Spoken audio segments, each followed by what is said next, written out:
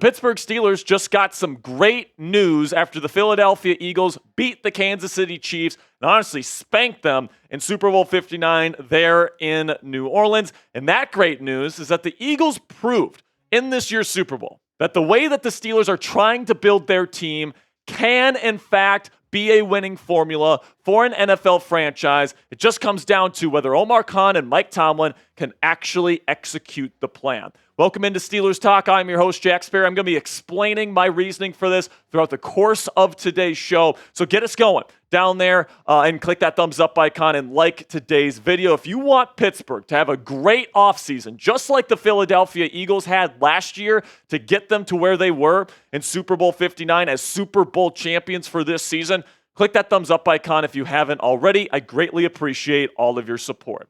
So just to be clear, before we get into everything today, guys, just because I'm saying Pittsburgh is trying to build their team in the similar way to Philly doesn't mean that I think they're as good as Philadelphia or that they're definitely going to win the Super Bowl next year or anything of that like. All right, all I'm saying is that Omar and Andy Weidl, the assistant GM, they come from that Eagles kind of line from Howie Roseman. They have the same team-building philosophy that Howie Roseman has, where you go with run-first offense, defense, trench play, and then you have competent quarterback play. Jalen Hurts, with all due respect to Jalen Hurts, he's a Super Bowl champion now. He played phenomenally in the final 2 games of the year. I don't know if he is necessarily an elite of the elite super weapon type of quarterback, and having a quarterback like that absolutely kill Mahomes in a Super Bowl proves that the Eagles' formula for success works, and that's exactly what the Steelers are doing right now. What the Philadelphia Eagles do is they pair an elite run game with an elite defense. That's what the Steelers have been trying to establish here for the last several years.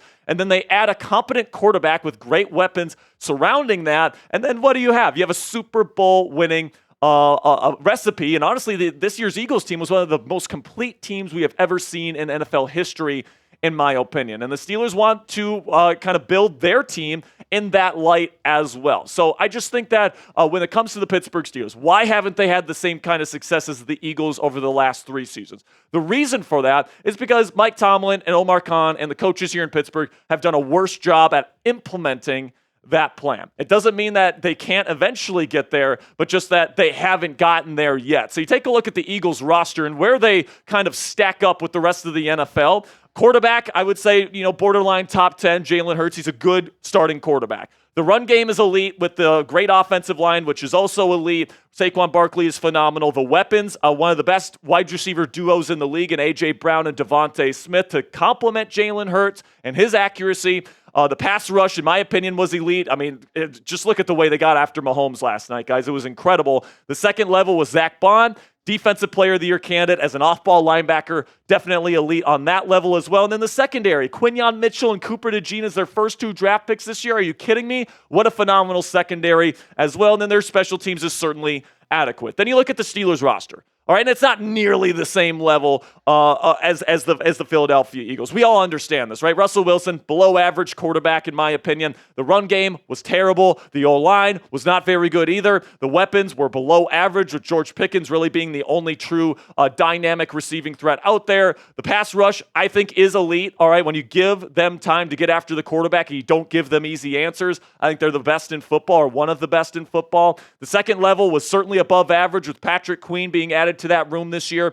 and Peyton Wilson being a really good rookie in that group this year as well. The secondary, I would say, was about average. You have good pieces in there, but it was certainly underwhelmed. And then the special teams is elite here in Pittsburgh, in my opinion. So I think that Pittsburgh has a long ways to go, but so did Philly last year. We have to remember where the Philadelphia Eagles were this time last year, and their fan base was absolutely reeling, just like the Pittsburgh Steelers are right now. Remember, at the end of the 2023 season, the Philadelphia Eagles lost 6 of their final 7 games. Does that sound familiar, Steelers fans? Because guess what? The Steelers lost 5 of their final 7, and they lost the final 5 games of their year. So the Philadelphia Eagles had an absolutely terrible season collapse to finish their year. A road playoff loss to Baker Mayfield and the Bucs. And now the Steelers, 5 straight losses, including a road playoff loss to the Baltimore Ravens. So very similar kind of setups here. And remember, Eagles fans wanted Nick Sirianni, who just won a Super Bowl, as their head coach,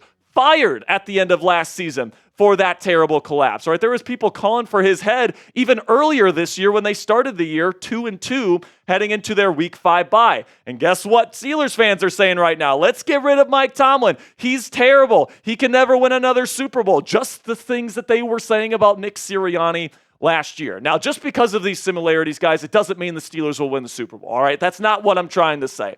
But what I am saying here, guys, is that the Eagles understood what they needed to get better at, and then they made the proper moves to be able to take their game and their team to the next level. And look what happened. They became one of the most complete teams in the history of the National Football League. So if Omar Khan, Mike Tomlin, everybody in the Steelers front office can put together a really good offseason, I think they can do just what the Eagles did this year and take that next step forward. You take a look at what the Eagles had as their core issues last year on their football team heading into the offseason. They needed better play calling on offense and defense. The run game wasn't explosive enough, and then they needed to solidify the secondary that was giving up way too many yards. Then you take a look at what they did in the offseason, all right? This is a nice list of all the moves that they got. They brought in Vic Fangio and Kellen Moore as their new offensive coordinators, all right? Those were slam dunk hires in my opinion. Then they signed Saquon Barkley, Zach Bond, who are both All-Pros this year. Saquon won Offensive Player of the Year, and Zach Bond was an All-Pro as well and was a candidate for Defensive Player of the Year. C.J. Gardner-Johnson, Mekhi Becton were starters and big contributors as well. Then they drafted Quinyon Mitchell and Cooper DeJean, two guys as rookies that graded in the top 10 in PFF grading in the first 2 rounds. And then they extended all of these players to really nice contract figures as well. So they had a really, really good offseason. And in my opinion, guys, I think that the Pittsburgh Steelers, another team here that just isn't that far away. If they make some crucial moves and if they make some steps forward in certain key areas this next offseason, I think the Pittsburgh Steelers maybe won't make it to a Super Bowl and win it. That's the goal. Hopefully they can do that. But I think they could certainly take a step forward and, hey, let's just win a fucking playoff game before we start talking about Super Bowls here in the Steel City. But coming up next year on Steelers Talk, why and how the Pittsburgh Steelers can do what Philadelphia did and take a step forward in 2025. And who knows, man, maybe if the ball falls their way, maybe they can do what the Eagles did and compete for a Super Bowl championship. But before we get into how I think the Steelers can make a big-time switch up here in 2025 and become legitimate Super Bowl contenders, let's have a word from our sponsor here at PrizePicks, which is the best place to get real money sports action all on your phone this offseason with a bunch of different sporting options. With over 10 million members and billions of dollars in awarded winnings, PrizePicks has made daily fantasy sports accessible to all. You just pick more than or less than on at least 2 player stat projections for a shot to win up to 1,000 times your cash. Run your game all season long on PrizePicks, and PrizePicks puts their members first, guys, so all withdrawals are fast, safe, and secure. When my picks hit, I can get my money in as quick as 15 minutes. Sign up today and get $50 instantly when you play just $5. You don't even need to win to receive the $50 bonus. It's guaranteed. And guys, with baseball coming up here soon, basketball is certainly in the thick of their season right now. The trade deadline just passed, so we get Luka Doncic on the Lakers. Shout out producer Coop, a big Mavs fan there. But you guys can download the app today. Use code CLNS to get $50 instantly after you play your first $5 lineup. That's $50 instantly after you play your first $5 lineup when you download the PrizePicks app today. PrizePicks, run your game. So here is where the Pittsburgh Steelers are at right now. And this is why the Steelers have some hope to have a really good offseason this year. The first thing is that they have a young but promising offensive line. All right, now there's certainly question marks on the O-line for the Steelers this year. Broderick Jones on the right side of the offensive line, his first 2 years in the league, certainly hasn't been a good player. But he's more confident and more comfortable on the left side. He always has been. And I'm hoping that move this offseason is going to allow him to be the first-round caliber player that the Steelers traded up for just a couple of seasons ago. Isaac Seumalo and Zach Frazier are very solid pieces. No worries about those guys. Mason McCormick had to make a switch from left guard to right guard in one season this year after being drafted by the Steelers. And it was a big change for him, especially when he had to get used to the NFL game. I'm hoping after a full offseason training at right guard that he is going to do a good job. And then hopefully Troy Fautano can stay healthy as well at right tackle. And I think that this offensive line seriously has some big-time potential. I loved Mason McCormick coming out last year. You got 2 first-round tackles that could potentially blossom in 2025. And if you can hit on all of these young and promising players, this offensive line could be really something for the Pittsburgh Steelers in the future, but you got to develop that talent. Number two, on reasons why I'm optimistic, is that you have options at quarterback if you're the Pittsburgh Steelers. Now, maybe they're not high-end, oh, yeah, we're getting a superstar level quarterback, but I think you can certainly get somebody that's competent, like a Jalen Hurts, all right? Can you get a top 15 quarterback to get you a game-winning drive every once in a while, to get you a playoff win, to get you a big third down and long every once in a while? Out of these 5 options here that I think are the most likely for the Pittsburgh Steelers, I would like to see them get somebody that fits kind of that mold of somebody that can be a competent starting NFL quarterback behind a really good run game, like what the Eagles have with Jalen Hurts, operating that offense behind Saquon Barkley. And I think that a lot of Steelers fans think that Justin Fields can have a very similar type of projection to Jalen Hurts. Hurts was certainly somebody that had to get better throughout his NFL career with mental processing, with accuracy, with all the things that were issues with him in college that he needed to improve in the pro game. And to his credit, he has done those things. And Justin Fields, just like Jalen Hurts, works his butt off every single offseason to try and make those improvements. And honestly, Fields has an even higher upside than Jalen Hurts has. So, hey, if Fields can just manage the game a little bit, and keep that dynamic rushing element to his game, who knows? Justin Fields could be the next success story in the National Football League when it comes to development, just like Jalen Hurts has had in Philadelphia. Then also, this is an awesome running back draft class, guys. And if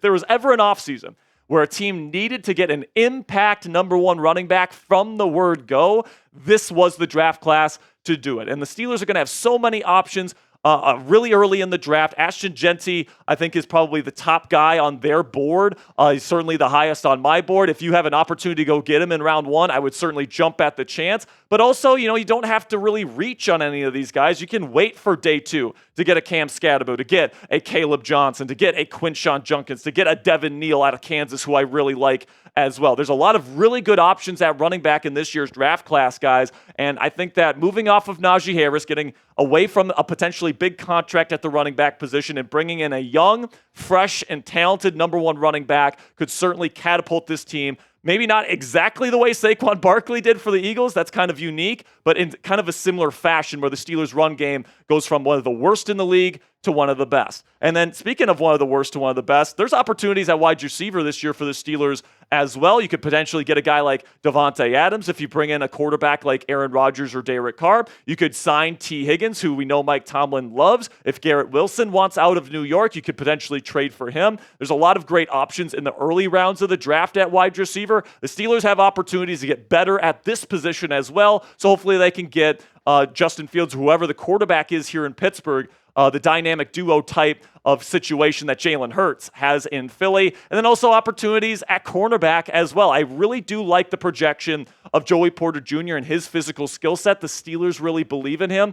Minkah Fitzpatrick and Deshaun Elliott are likely to be back next year. I like that duo. And if you can just get the right cornerback in free agency, whether that's Charvarius Ward, whether that's DJ Reed, whether that's somebody else in free agency on the other side, and then you figure out the nickel position as well, maybe bring back Mike Hilton, how great would that be? I think that this is a team here in Pittsburgh that could take a really, really big step forward in 2025, especially if they get that run game fixed, especially if that offensive line gets fixed, especially if they get the right quarterback in here. I think that this is a Steelers team that could realistically take a step forward in 2025. And I understand that a lot of people are like, oh, the Steelers can never win with Mike Tomlin. But also consider that Philly fans were saying the same exact thing about Nick Sirianni last year, and look where they ended up after just one good offseason. So Yenzers, let me know down there in the comment section, how optimistic are you about the future of the black and gold? Put it on a scale, meaning a 1, meaning I'm absolutely done with this football team, no hope whatsoever, to 10, meaning, man, I'm excited for this offseason. I'm ready to get things going. Let me know what you guys think down there in the comment section. For me, I'm sitting at around an 8.5. Make sure you click that subscribe button if you haven't already. Thank you so much for all of your support. We got you guys covered with extensive Steelers coverage all off-season long. So if you want to join us for our extensive coverage of this 2025 off-season journey, make sure you click that subscribe button right now. Until next time, guys, here we go, Steelers.